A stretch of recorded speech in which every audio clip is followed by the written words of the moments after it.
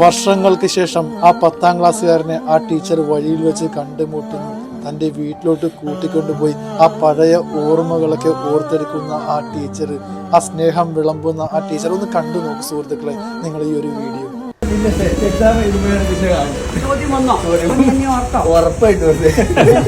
എത്രാം ക്ലാസ് പഠിപ്പിച്ച?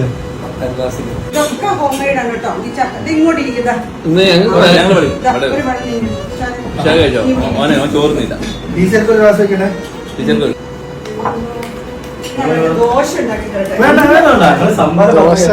കൊടുക്കുക പഴയ 10ാം ക്ലാസ്. 36 വയസ്സായി. ആ കുട്ടികൾ ഞാനുമായിട്ട് 9 വയസ്സിന് വ്യത്യാസമുണ്ട്.